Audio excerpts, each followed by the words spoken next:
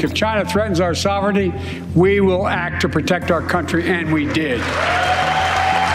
They lied to the American people about this. This was likely a test run to see how far they could penetrate our defenses. This is a potential nuclear weapons platform. You know, at the push of a button without warning, these satellites that come over the southern hemisphere could be detonated over the U.S. We have nothing. We have not developed super EP technology, and we have no plans to do so. The Russians have 5,000 tactical nuclear weapons, so they have 25 times more than we do. We could face nuclear annihilation that could take out all of our electrical power systems, communications, food and water and transportation, infrastructure, and really just destroy the country.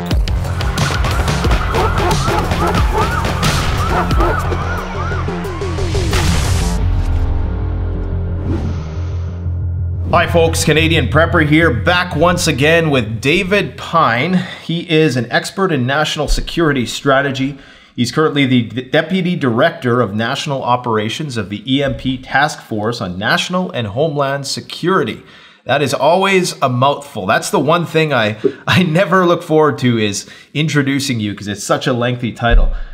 Yeah, sorry about that. Yeah, well, we got to give you some kind of acronym or something. So how you been? And today we're going to talk about, of course, Balloon Row and the utility of these balloons. What is this all about? But how have you been since the last time we've talked? I've been doing great. Yeah, thanks again for having me on your show. There's been a lot going on since we last spoke.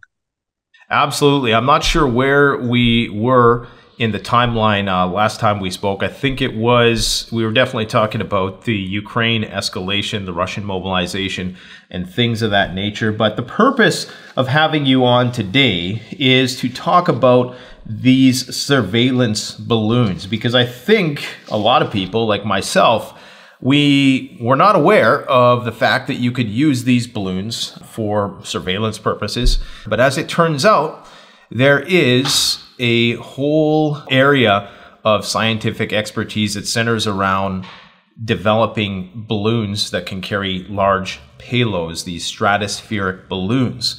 So what could these surveillance balloons be used for, and how might they differ from a satellite? Well, I think the advantage of a stratospheric balloon is that it operates about 60,000 feet, which is about 11.5 miles off the ground. Satellites in low Earth orbit are typically 200 to 300 miles, I think. So it can collect a lot of the same information as a low Earth orbit satellite, but it can also intercept more information and get better visual imagery. Since it's so close, especially to our Minuteman III ICBM silos, where we know it hovered around for a day or two, unmolested by U.S. air defenses, thanks to the Biden administration. But its capabilities, the most important thing to know for your viewers to know is that this is a potential nuclear weapons platform. We learned today that in a Politico article that it has a payload of over 2,000 pounds, so it's over a ton. A standard miniaturized nuclear warhead atop intercontinental ballistic missile weighs about 200 pounds or less. So you could, I mean, in terms of weight, you could easily pack up to 10 warheads on that. Now, of course, I don't think there would be any reason for them to do that. They'd likely just have a high-yield nuke or a super EMP weapon, perhaps with a rocket that they could launch from the balloon to attain the optimum altitude. I was more alarmed when we learned in the briefing, I think on Thursday, when we first found out about it. There was a brigadier general that gave a briefing and said it was over Missouri, because Missouri is kind of the center point for the continental United States and would be an ideal position to detonate a super EMP weapon.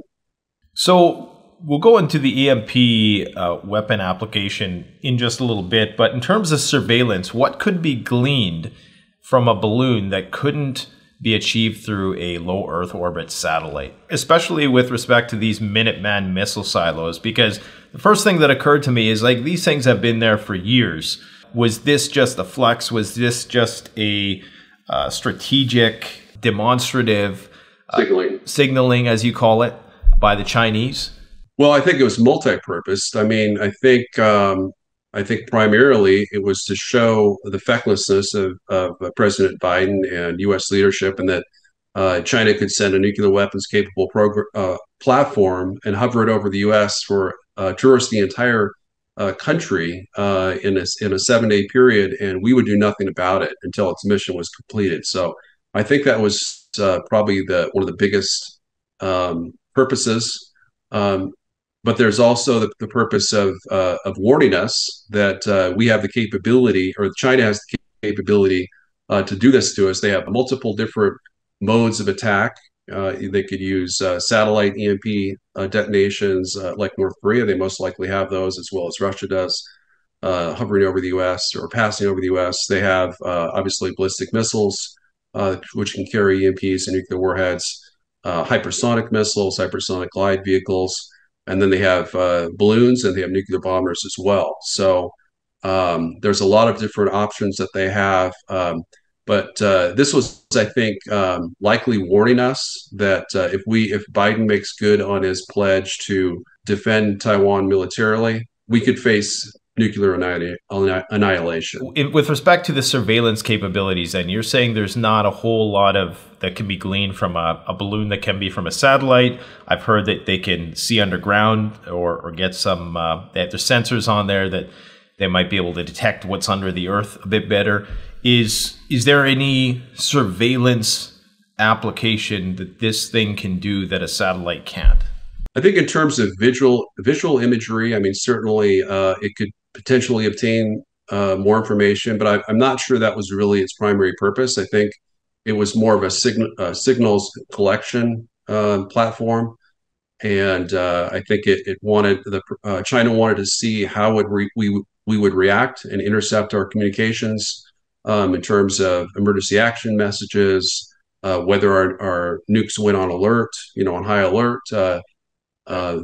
And that hasn't happened. I mean, Biden administration is the most anti-nuke administration that we've ever had here in the United States. They've never increased our nuclear alert status by one bit. We've been at DEFCON 5 since Biden became president.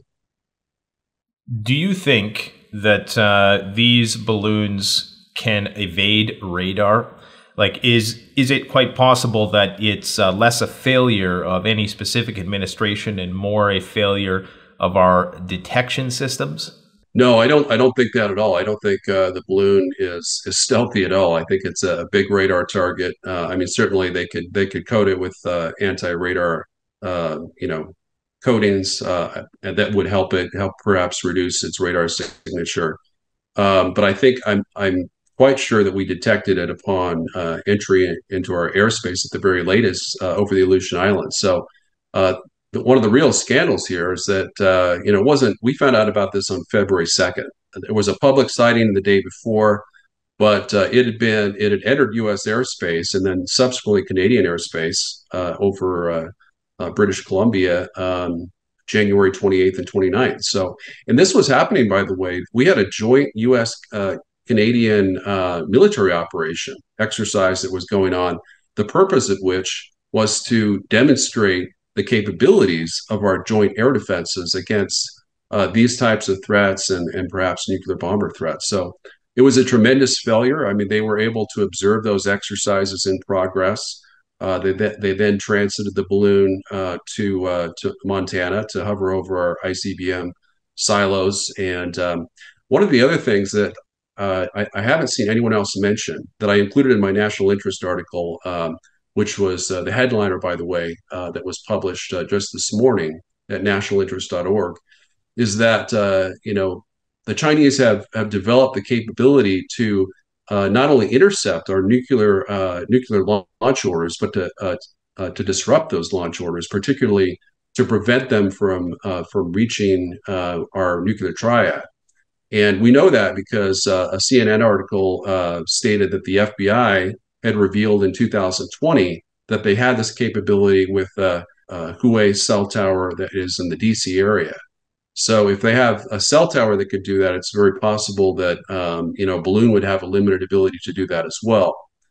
So one of the things I was speculating when it was detected over our ICBM field is that it could have been used to prevent to intercept any launch orders and prevent us from launching before our nuclear forces were destroyed in a preemptive strike.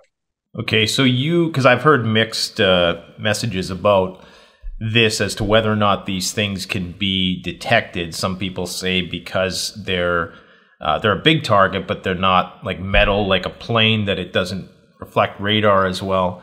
Is there any, I mean, my biggest concern would be if these things could evade radar, that, then that would be a big concern, because all of a sudden you'd have 20 of these things floating over at once and they're detonating multiple EMPs or doing whatever sort of signal jamming to intercept the NORAD messaging or the, what did you call it, the EAS system. So you're pretty confident then that we can detect these things even over parts of the boreal forest in Canada where, there isn't a whole lot going on. Well, I can't speak for Canadian detection systems, but in terms of the U.S., I mean, we absolutely would have detected it over Alaska, most likely over the Aleutian Islands, perhaps even earlier. But at the very least, once it went over mainland Alaska, we would detected that. We have an Air Force base located there. We don't know that any Air Force fighters were scrambled until it was over Montana or over our ICBM field. So it may very well have been, as some of the Department of Defense officials have stated, that they didn't view it as a threat until it started entering over our airspace over Montana from Western Canada. Yeah, there's definitely a lot of things that need to be explained. Now, I guess if what you're saying is true and these things can be so easily detected and picked off willy-nilly, then I guess we don't have to really worry about these being used to deploy these types of weapons, because we could just detect them and shoot them down. Like, I was under the impression that these things could go undetected or that they could operate more stealthily. It's my thinking that if the military must have had some logic as to why they didn't shoot it down. Like, right now they're salvaging it off the coast of South Carolina.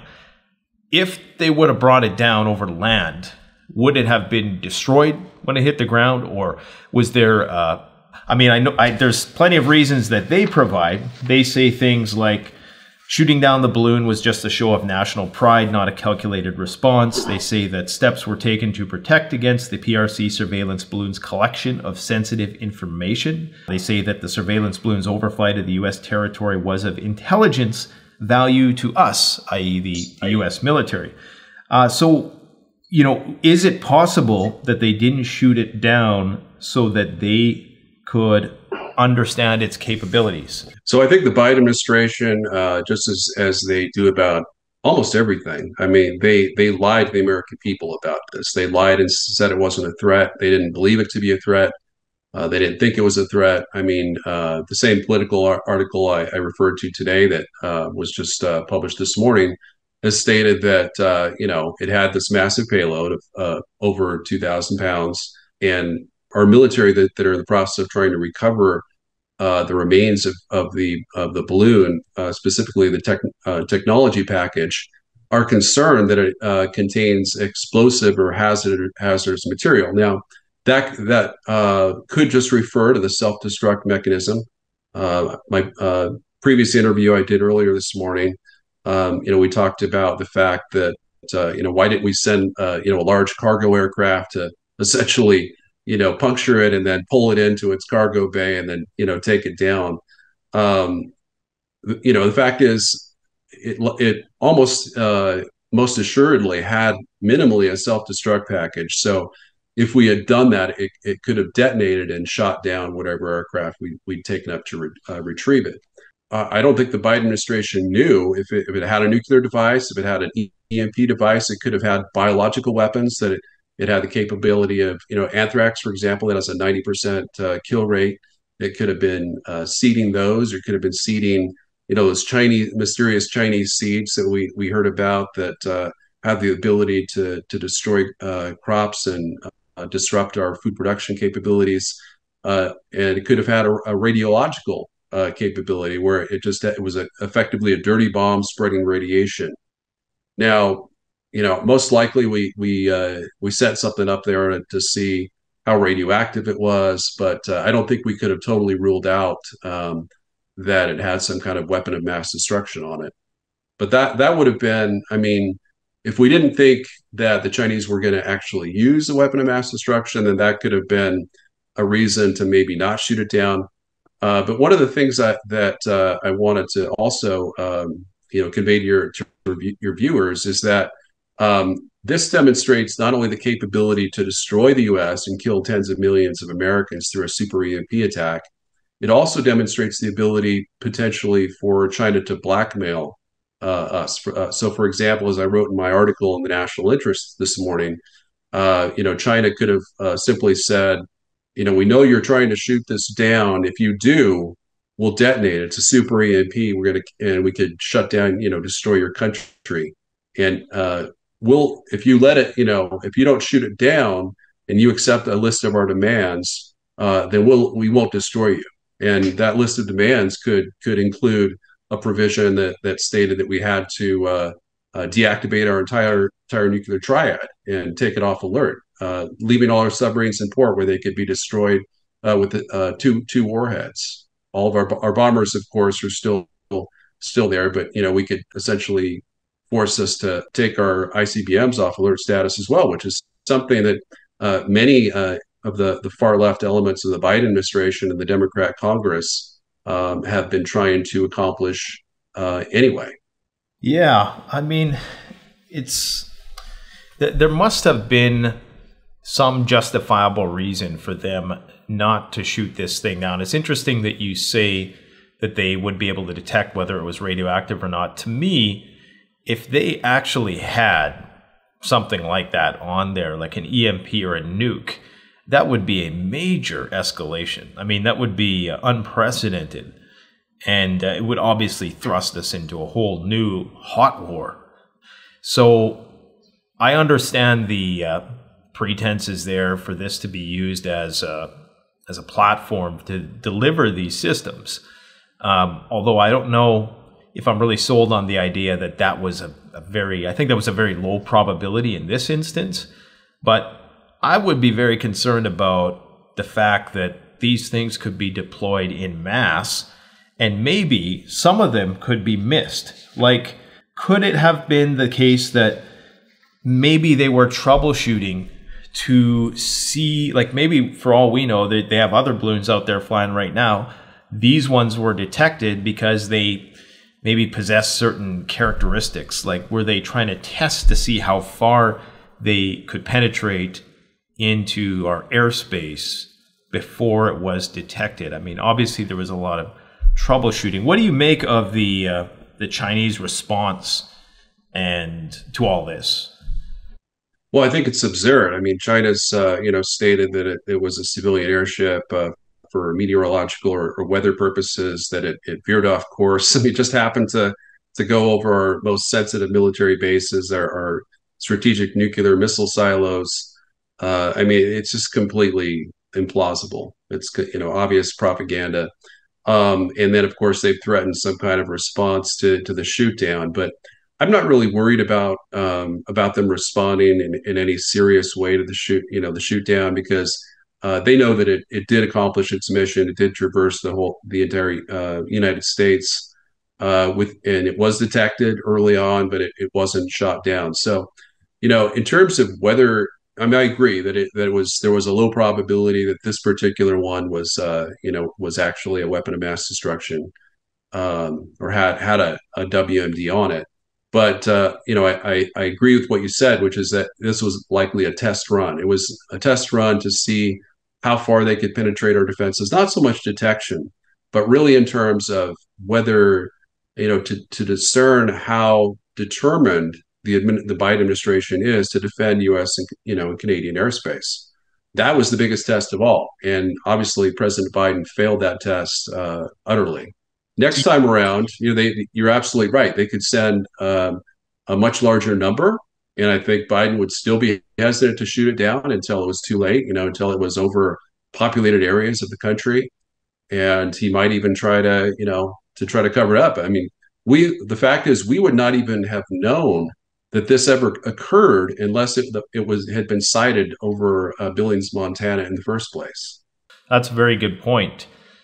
So you think that there was nothing that could have possibly been gained by allowing this thing to traverse the airspace? Because like I say, I have a hard time believing that the military would put themselves in a vulnerable position. They claim that they were able to limit its capabilities once they had identified it, and that they were kind of courting it to learn about it. So I guess there is obviously a conversation to be had about whether or not, you know, shooting it down was the best course of action, or if more could be gained by allowing it to traverse, to go wherever it wants to go. What do you say to that? Like, do you think there's anything to be gained by allowing that to happen? No, I don't think was enough to be gained by allowing that to happen. Certainly, if it had been shot down over land, it would have been much more unlikely that we could have recovered sufficient debris to identify its true purpose. But remember, this started out flying over the Aleutian Islands, so we had opportunities to shoot it down over the ocean, and we deliberately missed those opportunities. Now, it is possible that, at least in one respect, the Biden administration is telling the truth, and that it may not have viewed this platform as a military threat. I believe it was a military threat. It was, if you've read, I'm sure you had glanced over the 2008 EMP Commission report to Congress, in which we identified a balloon as one of the primary modes of attack for a super EMP attack. We will be able to, potentially recover more, although I'm not sure if we mentioned this yet on the program today, but the Sidewinder missile, heat-seeking missile, did essentially impact the technology bay, and so it's unclear how much we'll be able to recover of its payload and its and the technological sensor and imagery detection systems that they had on this Chinese military aircraft. If it was the case that they were trying to get some information, why wouldn't they just tell the public that? Why wouldn't they just be honest and say, hey, we're trying to track this thing because we want to learn about its capabilities, and just full disclosure, right? But maybe they just think the public is too simple and naive to grasp, perhaps the more complicated motives they have for courting this thing across the continental United States. Well, I'm going to post some links in the description section with respect to the EMP Commission's report. I think it was in 2016 they released something about how you could use balloons, drones, low Earth orbit satellites in order to detonate an electromagnetic pulse over the United States, which would, of course, black out a very large area. Now, these things can traverse up to 200,000 feet, correct? I haven't seen the specs or capabilities about that, but certainly I think that's within the range of what other stratospheric balloons could soar to.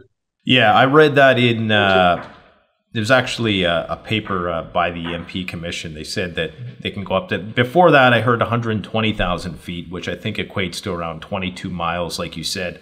But according to them, theoretically, you could get these things as high as 200,000. Now, with respect to the EMP payload that could be deployed on one of these things, you're saying that some of these nukes, 200 pounds. So what could they potentially achieve? Like, what's the worst case scenario for a nuke that's tuned to be a super EMP weapon in terms of like the voltages it could generate, and what sort of effect could it have? Well, I think, in terms of, the ideal weapon situation, as I mentioned, if it were to travel over Missouri, if it were to have a rocket which could send the super EMP warhead into a couple hundred miles up, or even 100 miles up, just from the balloon, yes. So this was actually on Green Griggs, who I understand that you sometimes follow as well. Yes. Greg Allison, one of our state directors, he actually worked on a U.S. balloon in which a rocket was successfully fired from the balloon, to in potential weapons mode. So that would certainly be. Would it be like mounted below the balloon and then it shoots like horizontally and then it goes up? Yes, that's right. It would be a horizontal launch, and then it would go vertical to achieve the optimum altitude for a super EMP detonation. So I think that would be the way they would do it, and obviously. This balloon was kind of at the edge of the stratosphere. So you're absolutely right. These kinds of stratospheric balloons can go essentially a little bit above the stratosphere, almost into outer space. It's a low Earth orbit where that's kind of the sweet spot for EMP in terms of a single or 1 to 3 super EMP detonations over the continental United States that could take out all of our electrical power systems, communications, food and water and transportation infrastructure, and really just destroy the country. Yeah. So, a low Earth orbit satellite could there actually be low Earth orbit satellites that are armed with these devices right now that we just don't know about, or would we be able to detect if these satellites had that sort of capability? I don't think we'd be able to detect whether they had the capability. Certainly, in the case of the North Korean 2 satellites that they launched, I think in 2012 and 2014, a minority CIA assessment assessed that they likely were for the purpose of super EMP weapons, and they've never transmitted anything back to Pyongyang or North Korea since they were launched. So that's most satellites have some kind of communications purpose, even reconnaissance purpose. They transmit information, they receive information, but somehow that hasn't happened. So our assessment is that at the push of a button without warning, these satellites that come over the southern hemisphere could be detonated over the U.S. And I've assessed, I don't have any specific information to support this, but I would be shocked if Russia and China don't have the same capabilities as North Korea to conduct a low Earth orbit super EMP satellite detonation of their own. So what you're saying is that right now there could be low Earth orbit satellites all over the world just waiting to be activated when the time comes. Yeah, I mean, I don't have any reason to believe that they have those anywhere other than for the purposes of attacking the U.S. I think in terms of attacking NATO, I mean, there's obviously it's a much Western and Central Europe are essentially a much smaller target zone. Dr. Peter Pryat assessed that a super EMP detonator over NATO headquarters in Brussels could take out most of NATO in an instant. But yeah, I think Russia and China have at least 2 of these super EMP satellites of their own over the U.S. that would also obviously affect southern Canada very gravely as well. Is it safe to assume that we have something similar? No, Dr. Peter Pry he stated before his tragic death last year that we have not developed super EMP technology, and we have no plans to do so. Of course, nuclear weapons, what we call conventional nuclear warheads, do have an EMP effect, but it's much smaller, perhaps on the order of 25 to 50 times less than these Russian-designed super EMP warheads that really maximize the EMP effect for just that purpose of destroying, essentially a technology-destroying weapon that can blast us back into the pre-electrical age. And I've heard that even if it is redundant, in light of the capabilities of low Earth orbit satellites, and that is the using a balloon to deploy such a weapon, that because it's far less lower tech, that it could potentially be achieved by a rogue group, terrorist organization who wasn't a nation state. So in spite of the fact that there's a high probability that low Earth orbit satellite would be a better way to go if you wanted to detonate a EMP, that these could be used by people who are not as technologically sophisticated. Yeah, I would agree that a balloon is not an ideal. It's not the best way to deliver an EMP attack. The best way, I think, would be satellite. It would be without warning. There'd be no rocket launch signatures that we would detect ahead of time. We wouldn't know what country had attacked us. We could assume it's North Korea, but or we could wonder if it's Russia or China as well. And that would likely, it would likely depend what country we were at war with, because North Korea or Russia or China could pull that off in a time of peace. So we could have China or North Korea, pop off, one or more super EMP satellites detonations over the U.S. And we might assume it's Russia because maybe we're escalating to the point of nuclear war with Russia, and Russia gets blamed. There's a lot of complications in allowing us to be that vulnerable to super EMP attack, and having multiple nations be able to destroy us with multiple different means. Russia, China, North Korea all have the capability to destroy the U.S. Through a super EMP attack or through a massive cyber attack, which would be a little bit less devastating, but would have almost the same effects if it were sustained. I know that it's classified information, whether or not we're at an increased DEFCON level. And part of me wonders if we'd ever be told at all, just because if the Ukraine war is any good example of how the government will willfully lie to its people about the impending Russian invasion. And they admit that now, that they explicitly lied about the fact that the Russians weren't going to invade. You don't have to worry. And they knew they were going to invade, but they didn't tell the people because they didn't want it to mess with their military logistics. So they didn't want people, clogging up the roadways. And this is all out in the open now. So if they do it there, it makes me wonder if they would do the same thing here, and how much they would actually disclose about the risk factor. Now, you say that Biden has not put the military on a higher state of alert, but how do we really know what the true alert status is?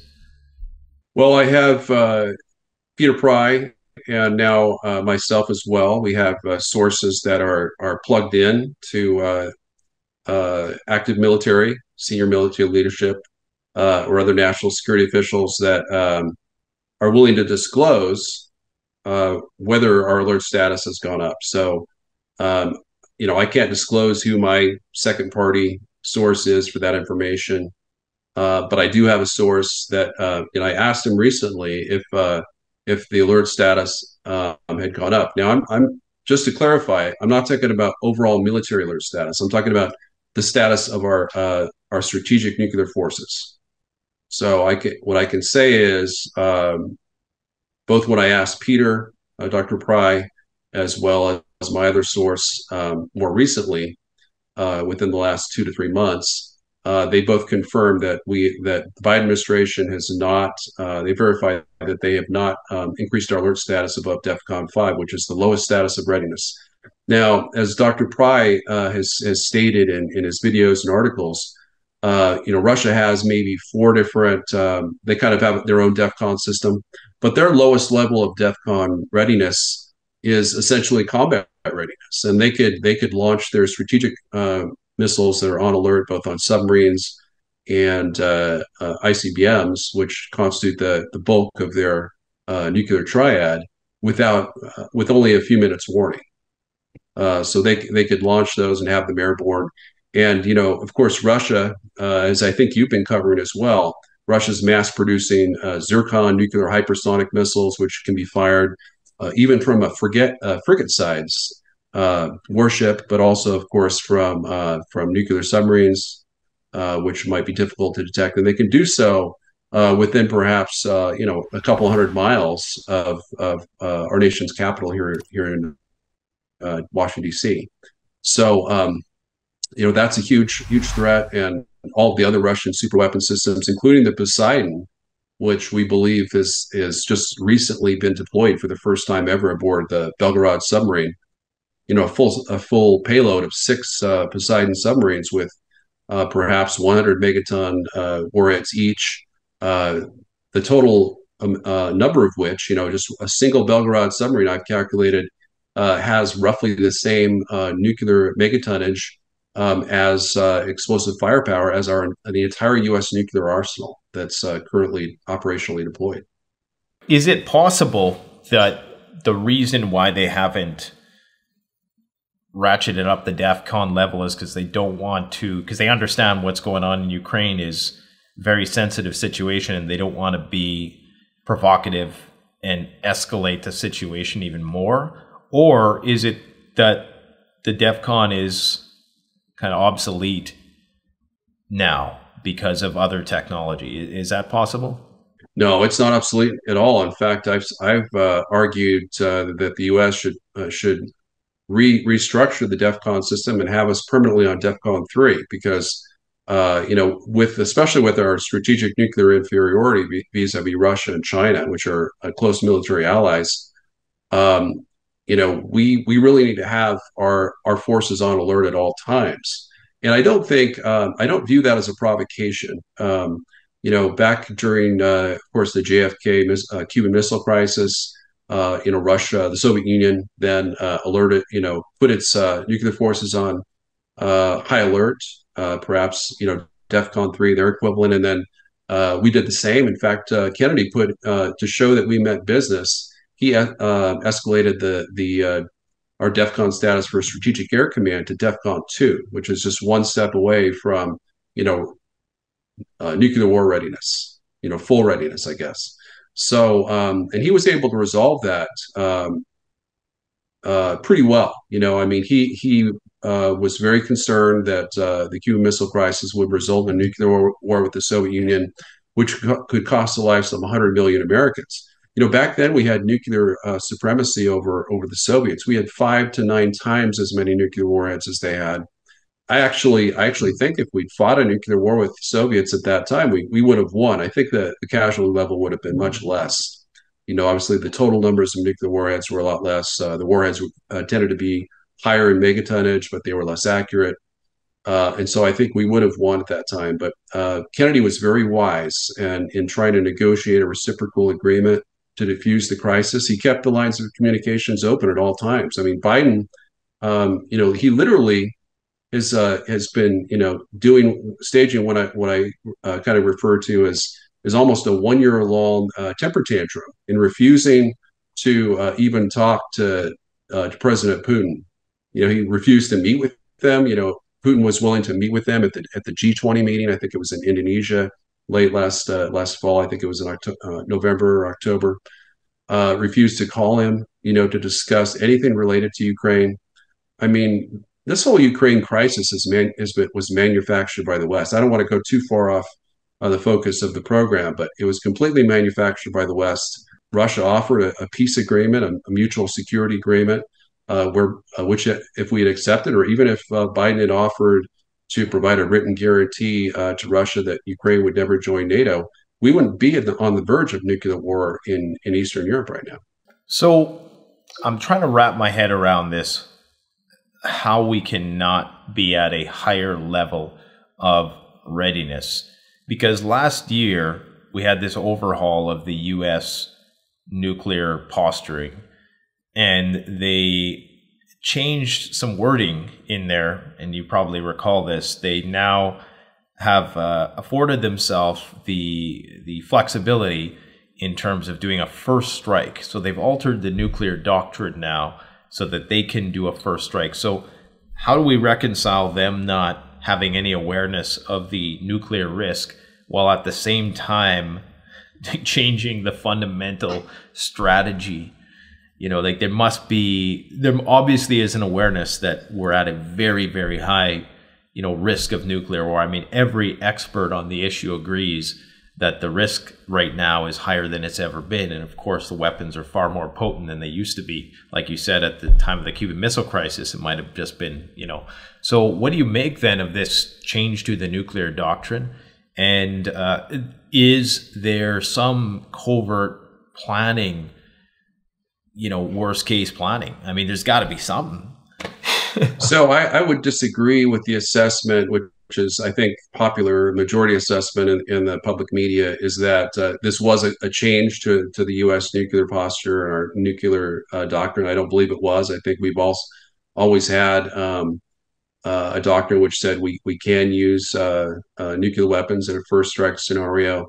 Certainly, if nuclear weapons are used against our allies and possibly against other countries that or non-treaty allies, such as Taiwan, for example. There's always been some, we've had what's called the nuclear umbrella, where the U.S. has essentially stated that, and certainly it was understood during the Cold War, that the only way we'd be able to stop massive, Soviet tank army groups and armies, rather, uh, exploiting the Fulda Gap and perhaps overrunning Western Europe would likely be with use of tactical nuclear weapons. And we gave Germany, West Germany at the time, we gave them dual control, so they could essentially, they didn't have launch authority, but we had to consult with them and they had to approve the use of tactical nuclear weapons. At the time, we had 7,200 nuclear weapons stationed in Western Europe to use against the Soviets. Today, we have less than 200. The Soviets, of course, have rather, the Russians have 5,000 tactical nuclear weapons, so they have 25 times more than we do. And in the Pacific, I think it's worth mentioning that the U.S. has essentially no tactical nuclear weapons in the Pacific or the Far East. So that's a massive, massive divide between the capabilities of communist China versus our own. Ever since 1991, President George H.W. Bush took our nuclear weapons off alert in terms of, our both our Minuteman II ICBMs as well as our nuclear bombers, our B-52s at the time. And then he also ordered all of our nuclear weapons taken off our surface ships and our attack submarines. So at any given time, we have two nuclear weapon platforms in the Pacific, and they're mostly strategic. President Trump did build between 8 and 32 tactical nukes of 5 kiloton yield to put atop our Trident II missiles. I opposed that. I thought that was a terrible idea because, that essentially takes away our strategic warheads, which are the primary deterrent for the U.S. military to deter enemy nuclear first strikes. But yeah, I think the U.S. is in a world of hurt. I think NATO is very much threatened by a possible escalation of the war in Ukraine to World War III with the Abrams tank shipments, the Leopard 2s, and the Challenger 2s, as well as long-range rockets and perhaps even F-16 fighters. That looks like they'll be shortly approved in the next couple months. I agree with you. And I also agree, and I've said this many times before, that these nuclear doctrines are kind of just for show for the most part, that they're going to do what they're going to do if the situation requires it. But the fact that they did change the wording must indicate some shift, be it maybe they intentionally wanted to, I don't know, make the public aware that they were doing something, or what would the purpose be then if a preemptive strike was always in the cards? What would the purpose be for making this public?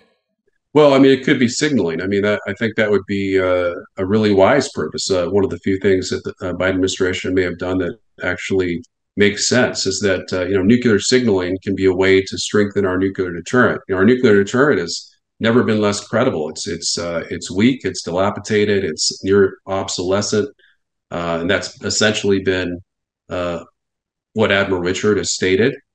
By the way, I do have third-party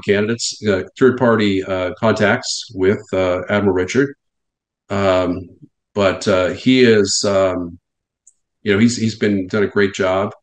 I think he's on the verge of retirement, if not the fact that he's already retired. But yeah, he's spoken out very, very forcefully in terms of the need of the U.S. to kind of formulate a new nuclear doctrine against the Sino-Russian alliance, because we're facing, for the first time that we've actually recognized it, we're facing an alliance between two enemy nuclear superpowers that could go to war with us at the same time. One of the things that I've warned about in the pages of the National Interest is that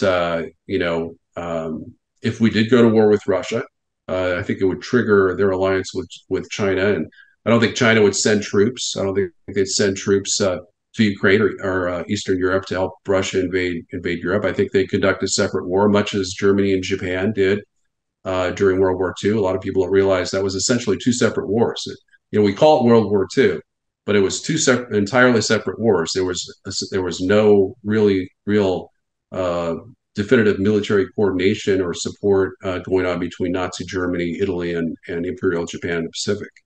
So Russia, of course, is a Eurasian power, so it has the capability and actually has conducted joint military exercises, both nuclear, even amphibious, naval, and air exercises with the PLA Navy and Air Force.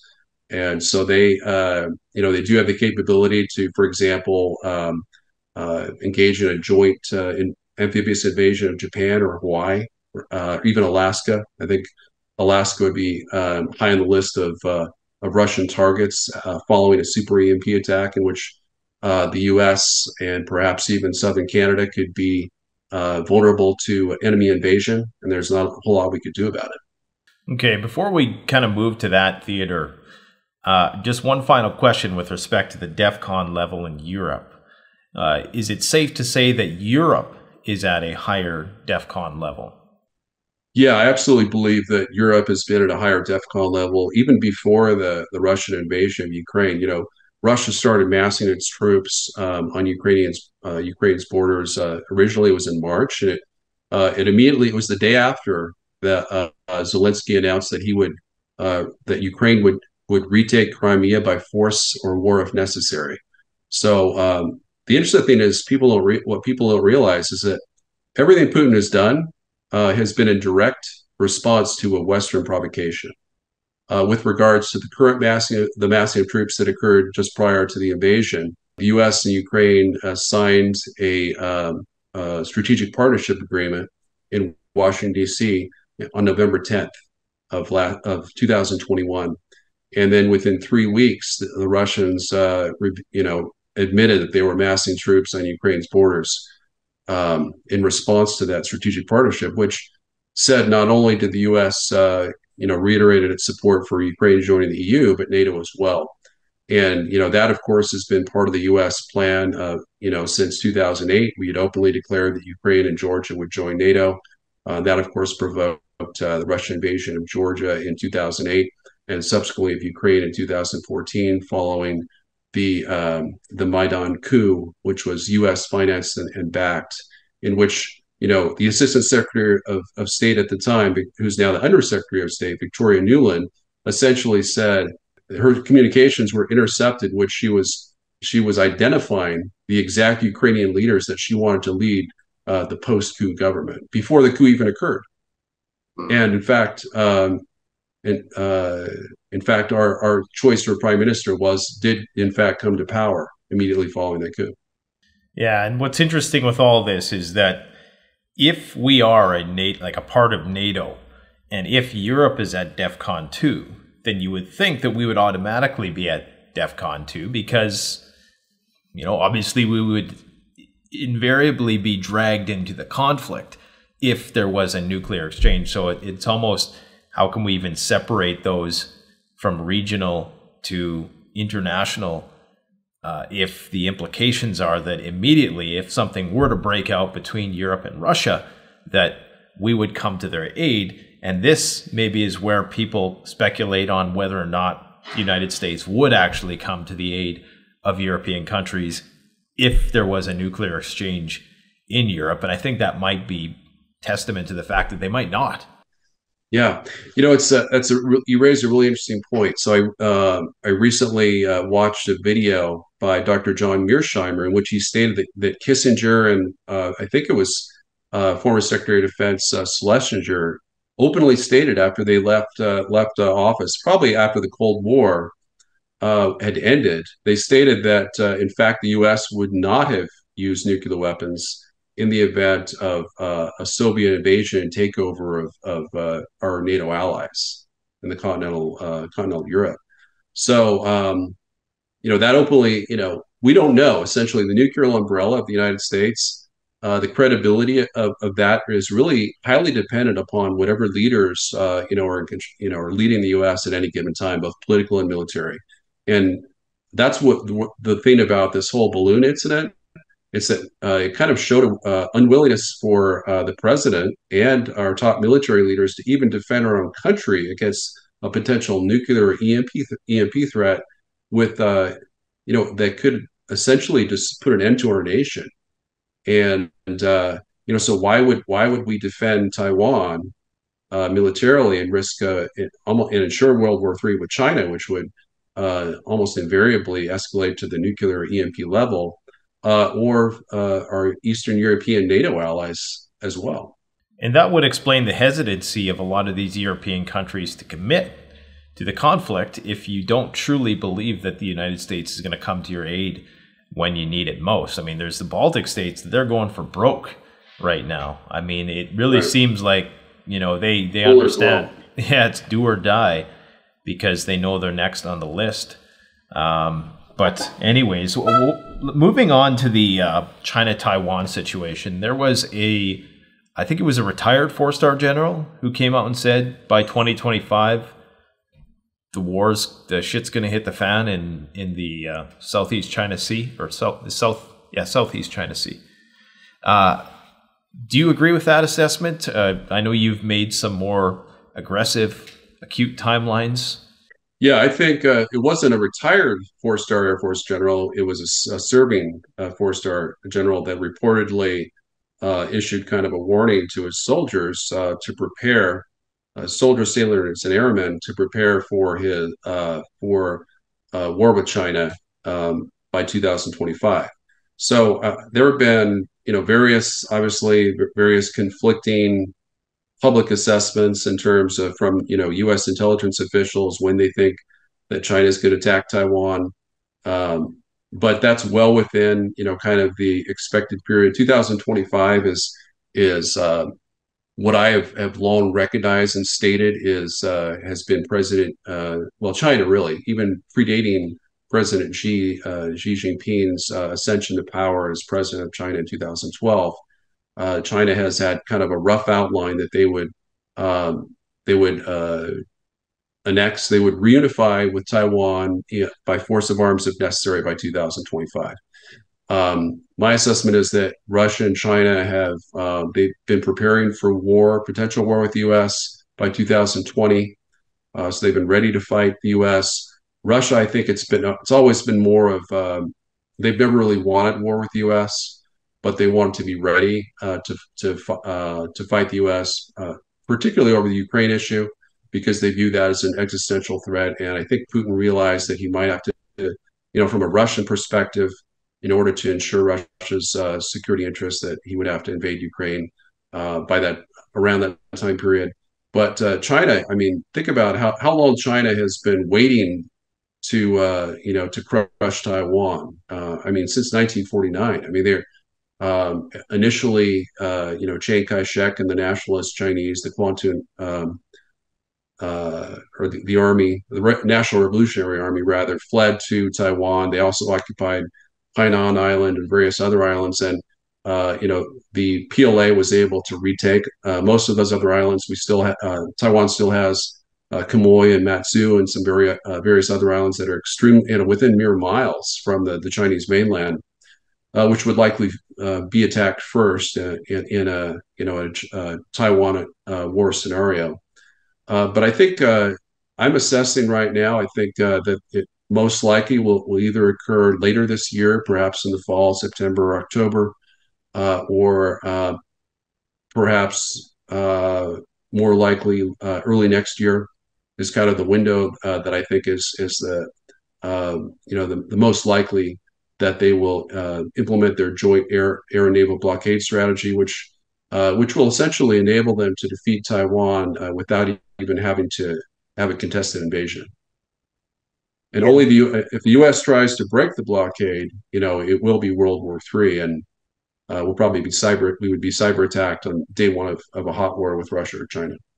So, what is the purpose then of the brinkmanship on Taiwan if there is likely not going to be an intervention in a blockade? I mean, I guess there might be some political expediency here with the elections next year.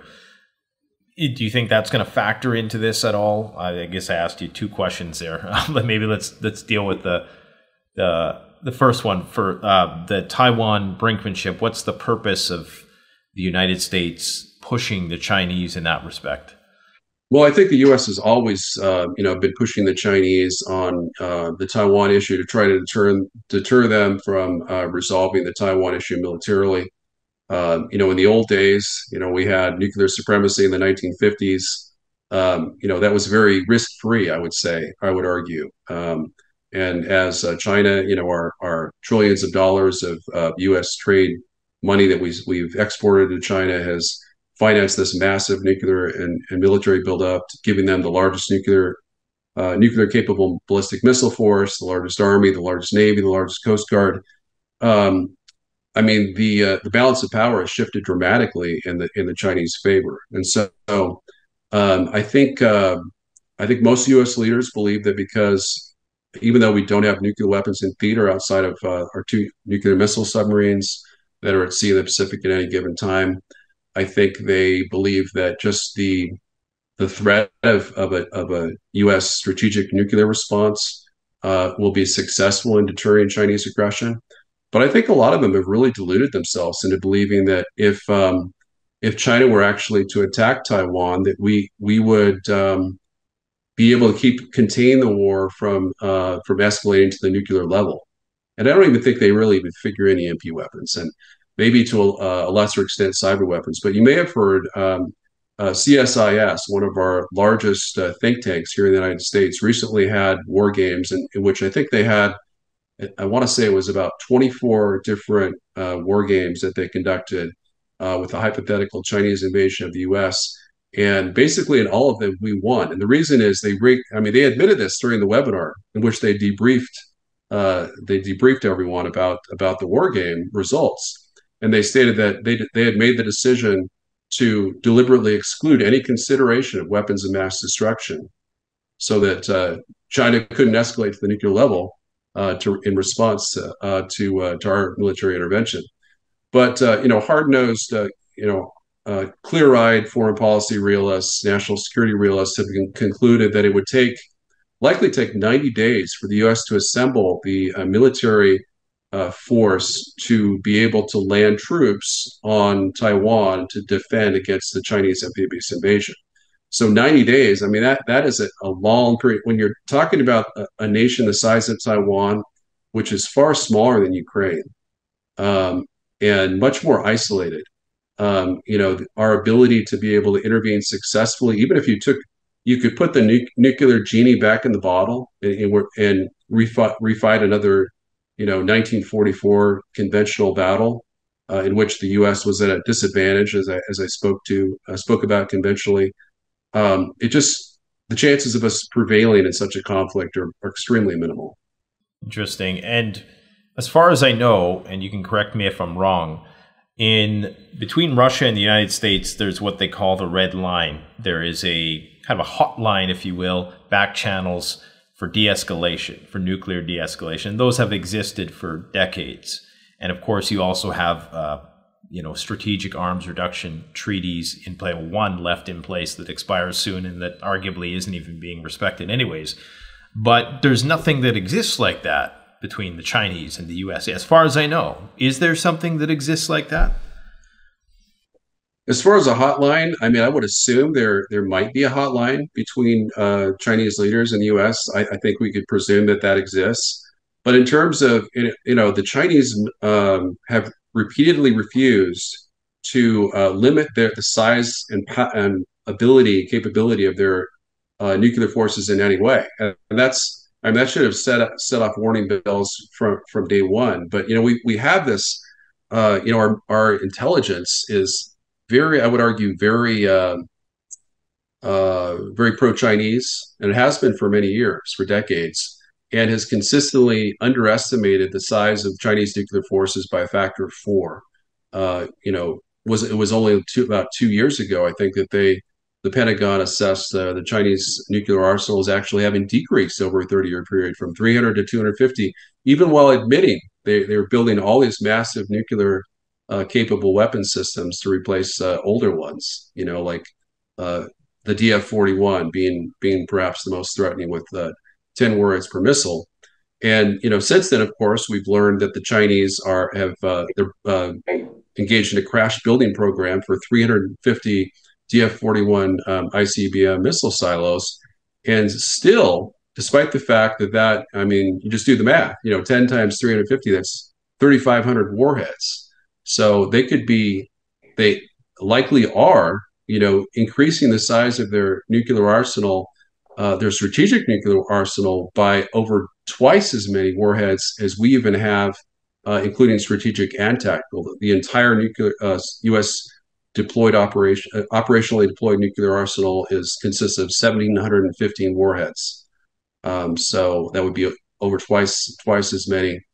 And yet somehow the DoD claims that they'll only get to 1,000 by 2030. Now, Admiral Richard has stated that based on the intel assessments he's seen, he believes that the massive Chinese nuclear buildup will be substantially complete by early next year. And I assess that it'll likely be almost entirely complete by the end of next year. So we're talking about China having up to 2.7 times more nukes than we do just by the end of next year. So, I mean, and you talked about, speaking more about the likely time frame of a U.S.-China war or a Chinese move against Taiwan. I think they're very likely to take advantage of the window of vulnerability we have with the Biden administration being very weak, seen very weak, obviously, on national security, very pro-communist Chinese. Our U.S.-China trade, I just read today, has gone up substantially since Trump left office. So, with some exceptions, there have been some good things that Biden has done, such as the chip war. I think that's been a great move, but I can't really think of anything else good that they've done with regards to China policy. Yeah, it's a very delicate situation because on the one hand, you have all of these joint business interests between the U.S. and China. I mean, they do so much trade, right? So there's obviously lots of conflicts of interest here that conflict with the national interests. So it's easy to see how maybe there's some financial motives that conflict with those national interests on the part of certain politicians. And there's also the military-industrial complex as well, which is perhaps spurring things on. I don't know what Pelosi's motives were. Maybe she was just, maybe it was all just for her own personal gain and accolades. But is there, it seems as though that it's inevitable, like the decoupling at this point appears inevitable. It seems like the clash is inevitable, but you still have all these financial ties between the two countries that have yet to be completely severed. So we're starting to see the corruption unravel as we approach this moment of engagement. It's a very unique set of affairs because, of course, both sides stand a lot to gain by doing business with one another. So there's a vested interest in not poking that bear or the dragon or whatever you want to call it. So, it seems like there's almost two parties that are fighting over, like, within the U.S. government. Some people who are more pro-war, and then there's other ones who are more pro-business. And what do you make of that? Well, I think that President Xi does not want war with the U.S. I think his preference is to pursue what he's doing now, which is kind of a policy of spreading Chinese economic might and power and taking over the U.S. Through land purchases, leadership capture. Here in Utah, for example, China reportedly owns 70% of our food production facilities, our farmlands. So, I mean, they're taking over on a massive level. But this is, that's their prime strategy. Their prime strategy is to transform the U.S., Canada, every country in the world essentially into little more than the Chinese colony, a colonial economy in which, in which we are entirely dependent on Chinese manufacturers for our, to be able to sustain our population. Whereas we would just transport raw materials such as food and oil and strategic minerals to China to be able to produce these manufactured goods for us. And so that's kind of the main idea behind Chinese global hegemony, is to do it mostly peacefully, but they do have plans to take over militarily Taiwan, of course, and Pacific Islands. And I don't think they're going to attack us before they attack Taiwan. I think they're going to wait to see what we do. So what Biden does in response will be critical in determining whether the future fate of our country and perhaps Canada as well. Okay. I know you got to get going. I would encourage people, actually, let's just get your predictions for 2023 real quick. Predictions for the Ukraine conflict and predictions for the Taiwan situation. I think in Ukraine, the Russians, as you know, are on the verge of a massive military offensive. It's likely to be 2 or 3 pronged, actually probably 3 pronged. They're going to try to roll up the Ukrainian armed forces in southeast Ukraine, likely with pincer attacks, a southern thrust from west of Kharkiv on the border between Kharkiv and Sumy Oblast, likely, and then one north from Kherson to roll up Ukrainian forces east of the Dnipro River. I think that's likely to be very successful. I think they'll likely capture 1/3 to half of Ukraine's territory and kind of present Zelensky with the fait accompli that, if you want us to leave any of this territory, you're going to have to accept our terms, our peace terms. And I think the minimum peace terms that we can expect following a successful Russian winter spring offensive would be Russia gets to annex not 20% of Ukraine, as is currently the case, but 1/3 of Ukraine. So I think that's what's going to happen. I think Putin is not predisposed to use nuclear weapons to win the war in a matter of days, as I said that he could back in April. I think he'd rather just do it conventionally. But Russian forces are deploying to NATO's boundaries in Poland and also in near the Baltic states. So he's ready for a potential world war with NATO. That'd be a direct war. In terms of China, as I've mentioned, I think China's absolutely going to win any war over Taiwan. Again, our survival, whether we have World War III or not, whether it escalates to the nuclear level, is entirely in the capable hands of President Joe Biden. So I can sleep well. I don't know about you guys. Sure that we're going to be just fine after this incident with a Chinese nuclear capable military aircraft crossing our entire airspace, circumnavigating from Alaska all the way to South Carolina. That we should be okay. Well, on that sarcastic note, I think we will conclude it there. I encourage people to go check out David's your Substack, and I'll post a link to an article that you recently did on the national interest with respect to Balloon Gate. So thanks for coming out, and I look forward to speaking with you again. I promise next time I'm going to wear a suit. I said earlier before we started that I'm doing the Zelensky thing, because that's the in thing nowadays. Nobody's wearing suits, but maybe I got to wear a suit. Maybe people will take me more seriously. All right, well, thanks a lot. Thanks again.